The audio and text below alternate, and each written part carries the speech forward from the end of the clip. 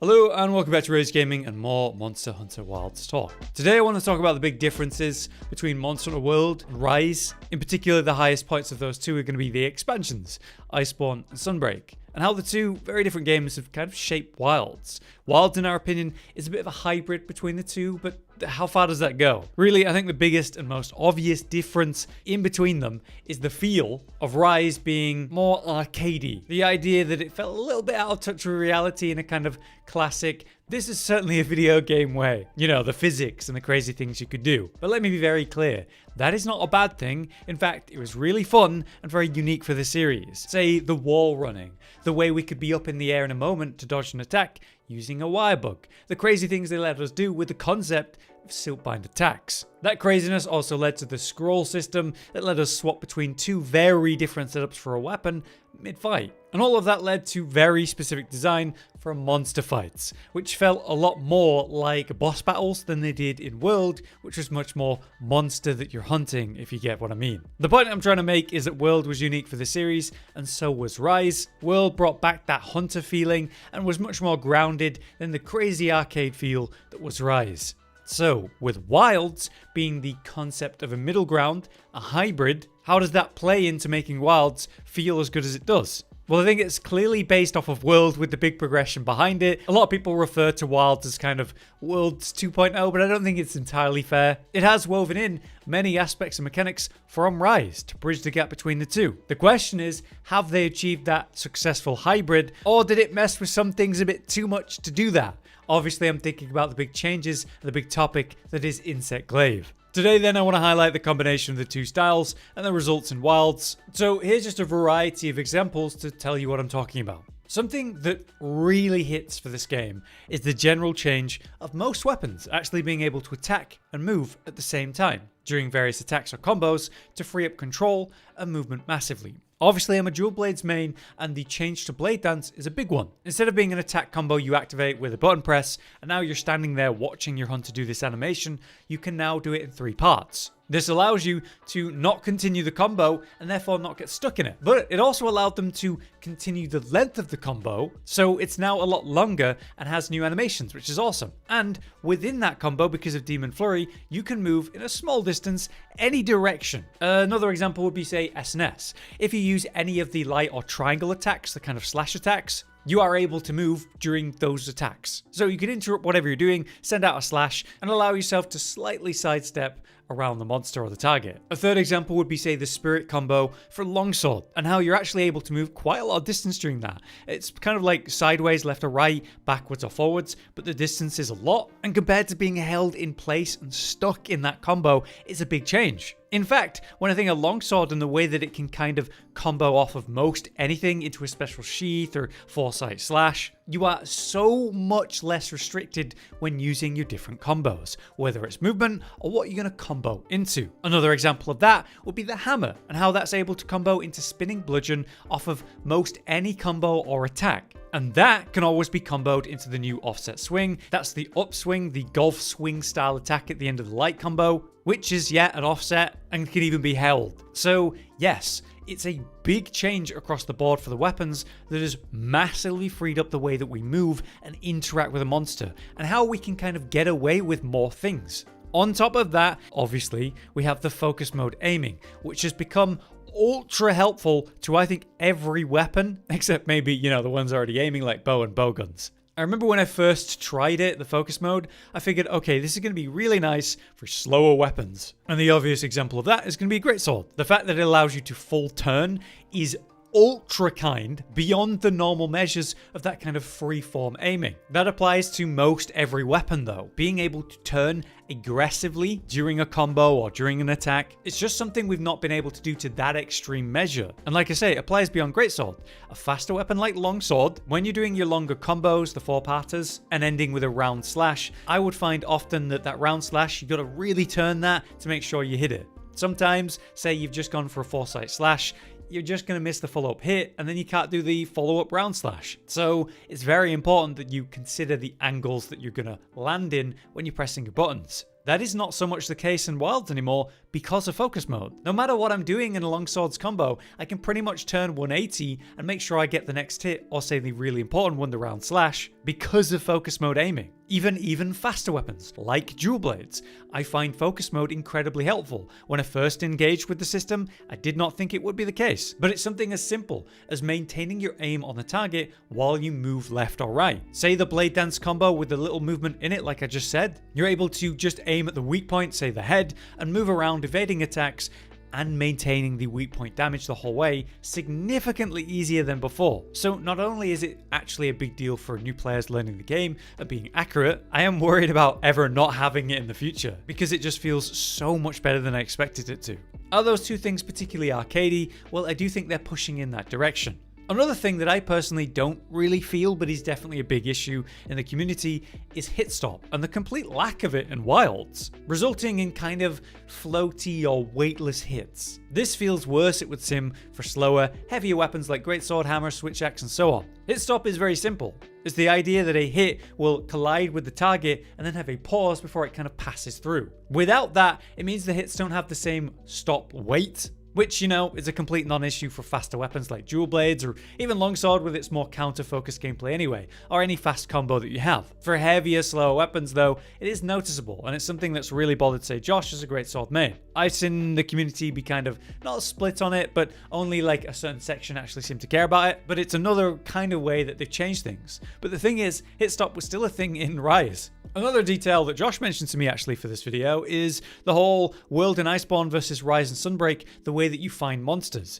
In World, you have to track them in a literal sense. You have to find tracks on the floor, build a bar, and then eventually it shows you this green path, you know, the scout flies, that leads you to the monster. Meanwhile, in Rise and Sunbreak, the monsters are just there on the map and you just go to them. And so Wilds is doing what Rise did, instantly getting you to the action, which definitely goes against the whole hunting, discovery theme. But having said that, I just prefer this. I want to fight the monster, much more than I want to spend time picking up 3 generic tracks and following that green trail. No doubt it's a cool concept and really immerses you initially, but mechanically it's definitely a chore even after you do it once. And you'll do it many times before you've got enough research to not have to keep doing it. So I guess I prefer this more gamey concept. To list off a few weapon-specific stuff then, I think of, say, switch axe and how that's changed. In World, it didn't really have the kind of counter that we saw in Sunbreak, which became the core of the weapon and felt amazing and was my favourite version of the switch axe.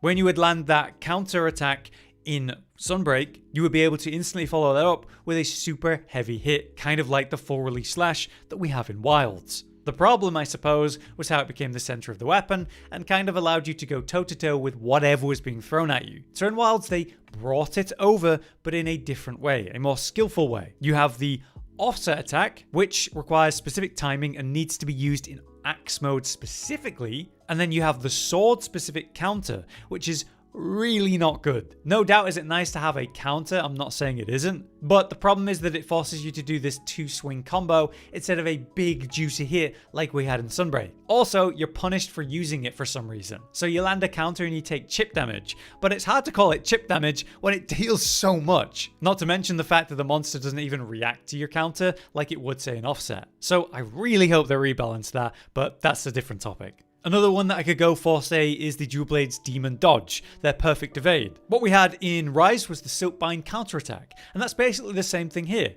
As you land a perfect evade, you kind of spin attack, and you can follow it with a follow-up corkscrew spin, which, yeah, is very much like the Silkbind counter when you successfully landed that in Rise. Missing out on that does suck because, God, it was so strong, but it kind of made me feel lazy with Dual Blades, especially after the aerial spam. I just do aerial spam attacks, mostly ignore what the monster's doing by timing attacks at the right time or positioning, and then the moment I'm on the ground and I see a monster doing a special move that could one-shot me, oh, it's an easy counter, super forgiving. The Demon Dodge requires a lot more specific timing, but the reward is amazing, which is what I think is missing from the counter on Switch Axe. The Demon Dodge Evade increases your damage for 8 seconds after. You get a buff that increases physical and element damage. So it causes, dual blades to lean into evading into attacks. And it's part of your core kit, not something you have to do anything special to have. So instead of having a really cheesy counter, we have a much more skillful evade, but the rewards are bigger. And I think that is a great way to pull something from Sunbreak, but rebalancing it in a better way. Much like we could say with a dual blades wound break special attack, where you kind of auto lock on with a grapple after using it, and then watch this animation play out where the Levi spine spin occurs. It's an awesome attack, and now it works in meta by making it absolutely a freebie and up the value of it. That is very gamey though, because I hit this wound and then I can take my hands off the controller for the next few seconds while whatever happens. Another example of that would be, say, Longsword and its hyper armor on the, follow-up full release, or the Helmbreaker initial thrust. That is certainly very arcadey and funny to see. It's very forgiving. Great sword, it might not have a counter attack, but it does have that offset alongside the tackle that allows you to maintain the charge level now. That's a big deal. Hammer might not be able to use wirebugs anymore, but we do have that grapple, and it's one of the few weapons that works it in as if it's a wirebug. The grapple dodge when you're charging. That's incredible. Another one would be, say, the bow with discerning dodge. Again, like demon dodge from the dual blades. Discerning dodge for the bow is essentially the counter dodge from Sunbreak, dodge bolt, but basically upgraded and passively part of the kit instead of a choice you had to make while sacrificing something else. And there's massive benefits for landing it, so again, you kind of intentionally try to perfect evade. Not to mention, say, the bow trick shot gauge system and the fast combo follow-up into Dragon Piercer. Just like the dual blades Levi spin, they're making an awesome move, the Dragon Piercer, that was very much underused, much better if done in a certain way to make it worth it. These things are very clever ways to improve the design, but I still think are, more arcadey in that Rise style. Where things have gone wrong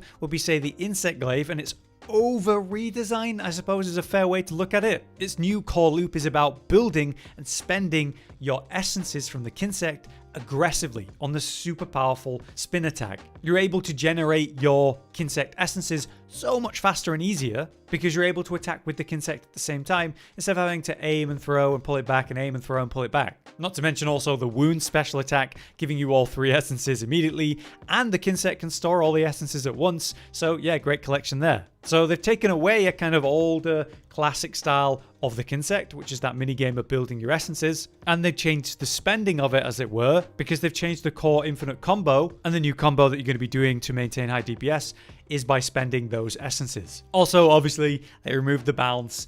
I think they should put it back in. Even if it's not optimal, people love that, it's part of the fantasy, it should come back. That's my view on it as a over redesign, but I actually like the whole build and spend aggressively concept.